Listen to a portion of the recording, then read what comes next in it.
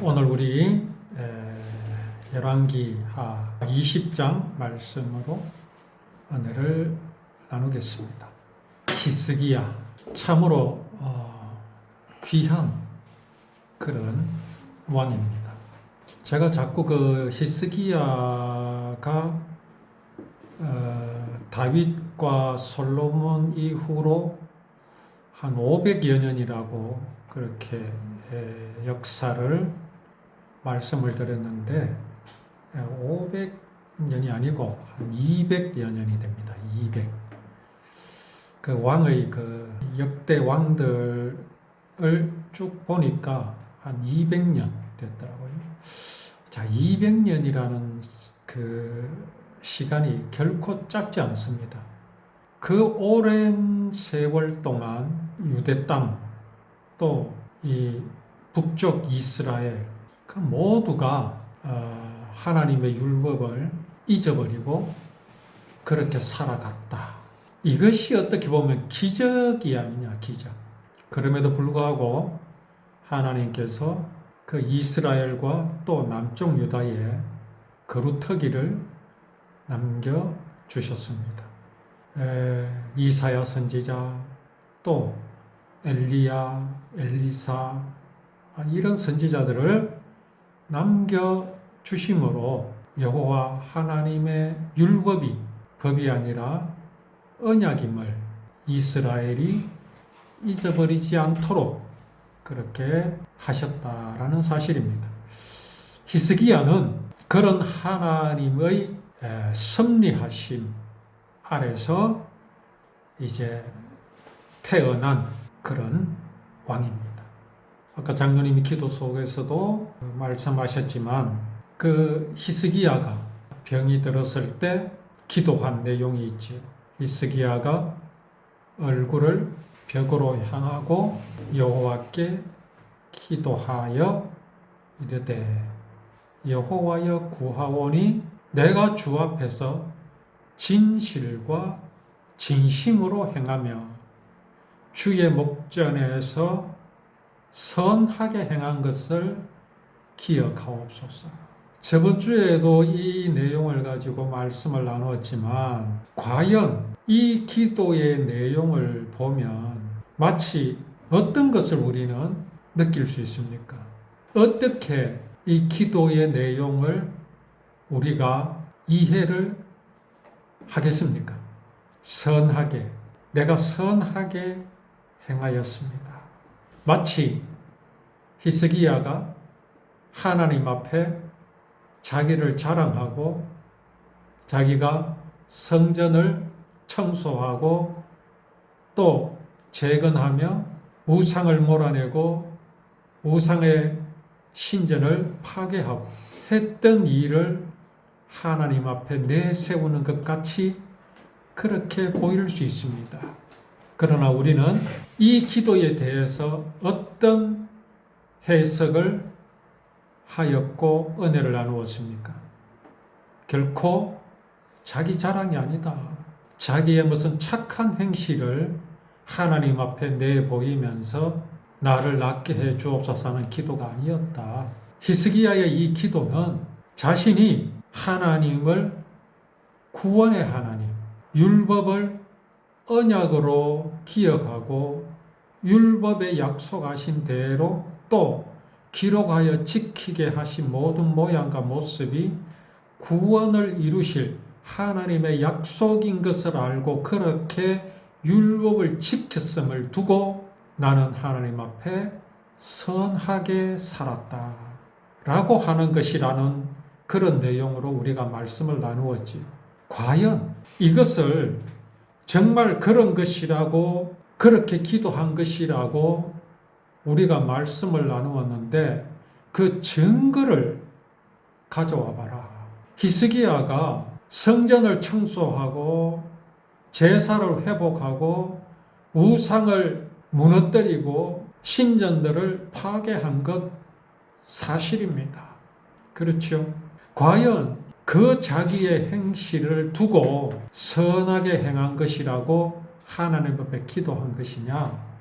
아니면은 여기 선하게 행한 것이 그런 것들이 아니라 내가 그렇게 한 것은 여호와의 율법이 법이 아니라 언약인 것을 믿고 그렇게 약속하신 모양과 모습대로 구원을 이루실 하나님인 것을 믿었기 때문에 내가 하나님 앞에서 제사를 회복하고 성전을 회복하였습니다. 라는 기도였던가?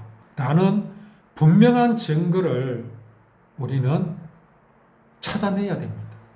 짐작으로 그렇게 말할 수는 없지 않습니까? 과연 우리가 은혜를 나누었던 그 말이 히스기야의 믿음이었는가? 아니면은 자기 행실을 나는 그래도 하나님의 편에 섰으니까 나를 낫게 해 주옵소서라는 그런 것인가? 하소연인가? 아니면은 하나님 앞에 당당한 요구를 하고 있는가? 그 증거가 있습니다. 그게 바로 이사야 38장 17절에 분명하게 기록되어 있습니다. 자, 히스기야는 이사야 38장 17절에서 어떤 고백을 하고 있나 한번 우리가 보겠습니다. 이사야 38장 17절입니다. 보옵소서. 내게 큰 고통을 더하신 것은 내게 평안을 주려 하심이라. 주께서 내 영혼을 사랑하사 멸망의 구덩이에서 건지시고 내 모든 죄를 주의 등 뒤에 던지셨나이다. 이 고백입니다. 이 고백이 어떤 고백입니까?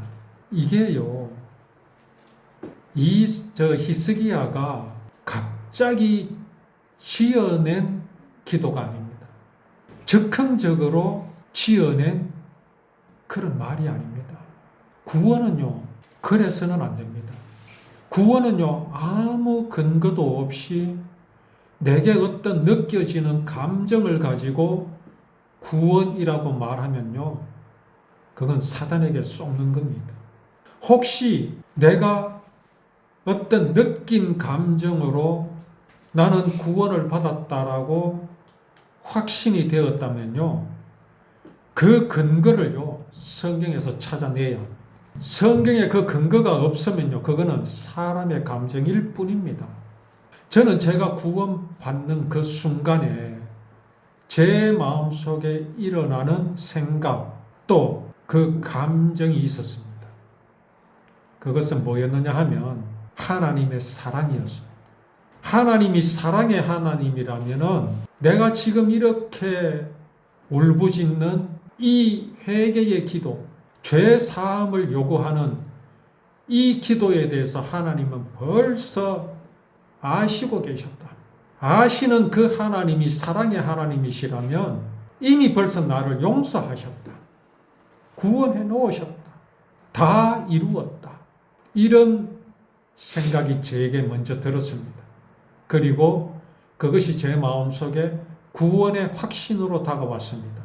그러면 이게 내 감정인지 아니면 실제로 성경 말씀에 있는 것인지 증명해야 됩니다. 그것이 성경에 없으면 그거는 내 감정일 뿐이지 구원이 아닙니다. 그런데 성경에 있잖아요. 결정적인 말씀이 뭡니까? 다 이루었다. 맞잖아요. 우리의 구원, 세상 모든 사람을 구원하신 하나님의 사랑은요, 다 이루었다라는 그 말씀 한마디로 종결되어 버렸습니다. 구원은 내가 믿을 때 비로소 이루어지는 게 아닙니다. 이미 다 이루어 놓으셨습니다. 그 대상의 범위는 어디까지입니까? 믿는 사람요, 천만에요. 믿지 않는 모든 사람의 죄를 이미 하나님께서는 예수 그리스도를 통해서 다 용서해 놓으셨습니다. 사람 자체를 용서해 놓으셨습니다.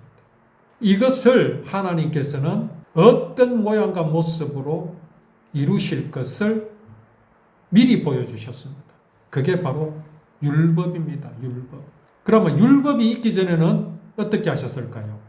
영원 전부터 예정하신 것을 어떤 모양과 모습으로 이루실 것을 하나님의 사랑을 최초로 배반하였던 아담에게 보여주셨지요. 그게 가죽옷입니다. 가죽옷이 어떤 의미일까요?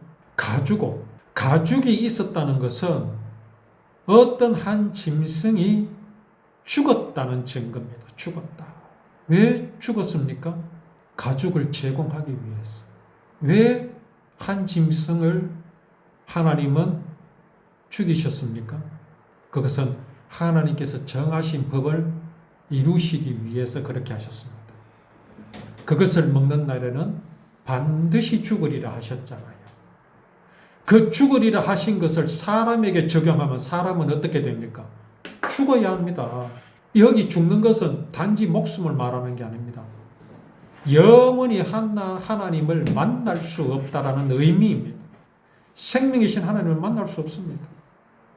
그러면 하나님의 사랑은 또 어떻게 됩니까? 하나님의 사랑은 영원하시다면서요. 얼마나 모순됩니까? 사랑하시기 위하여 창조하신 사람을 영원히 버리신다? 그럼 그건 사랑 아니잖아요. 얼마나 인간적인 표현으로 하나님은 고민이 되시겠습니까? 저 인간이 반드시 죽으리라 한 나의 법을 어겼으니 반드시 죽어야 합니다. 죽이자니, 벌하자니 하나님은 사랑이신데요. 그러면 살립니까? 그럼 법은 어떻게 됩니까? 그래서 하나님께서 지혜를 발휘하셨습니다. 내가 대신 죽겠노라. 내가 사람의 죄를 대신하여 내가 죽겠다. 그 형벌을 내가 받겠다. 하신 것이 바로 예수 그리스도십니다. 그것을 먼저 모델로 보여주신 것이 사람의 죄를 대신하여 죽은 한 짐승의 가죽, 그 옷으로 보여주셨습니다. 아담은요, 자기가 벌거벗은 것이 두려워서 먼저 옷을 만들어 입었었습니다. 옷이 없었던 게 아닙니다. 있었습니다. 그 옷이 뭐였습니까? 무화과 나뭇잎으로 엮어 만든 치마였습니다. 그러나 그 옷은 두려움을 가릴 수 없었습니다. 두려움에서 해방할 수 없었습니다. 사람의 신념은요, 절대로 죄의 두려움, 사망의 두려움을 해결할 수 없습니다. 하나님께서 친히 만들어주신 가죽옷, 사람의 죄를 대신해서 한 짐승은 죽었고 그 희생으로 만든 옷을 하나님은 아담에게 주셨습니다. 아담이 그 옷을 어떻게 했습니까? 입었습니다. 무슨 의미겠습니까? 하나님의 그 사랑, 그 사랑의 옷을 아담이 거절하지 않았다, 이 말씀입니다. 거룩한 옷입니다. 의의 옷입니다. 그것을 아담이 입었습니다. 히스기야는 그 역사를 알고 있습니다. 히스기야는 그것을 믿었습니다. 그것을 어떤 모양과 모습으로 이제 이루실 것을 약속으로 보여주신 율법을 법으로 생각하지 않았습니다.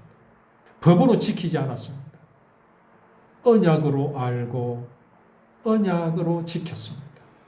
그 지켰다라는 게 뭡니까? 선을 행하였다. 그 말입니다.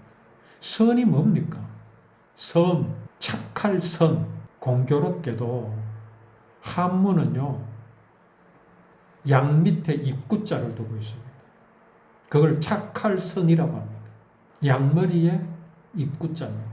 그게 착할 선입니다.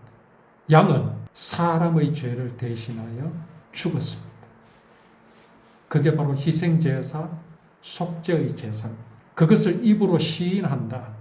하나님의 어린 양이신 예수 그리스도가 나의 죄를 대신하여 죽었다라고 입으로 시인하는 것, 그게 바로 착할 선입니다. 참 공교롭지요. 희한하지요. 히스기야가 나는 선하게 하나님 앞에 행하였습니다라는 그 선함이 바로 그거란 말입니다. 하나님께서 나를 구원하여 주실 것이라는 언약을 내가 믿었습니다. 그거를 가지고 하나님 앞에 히스기야는 나는 선하게 행하였습니다라고 말하는 겁니다.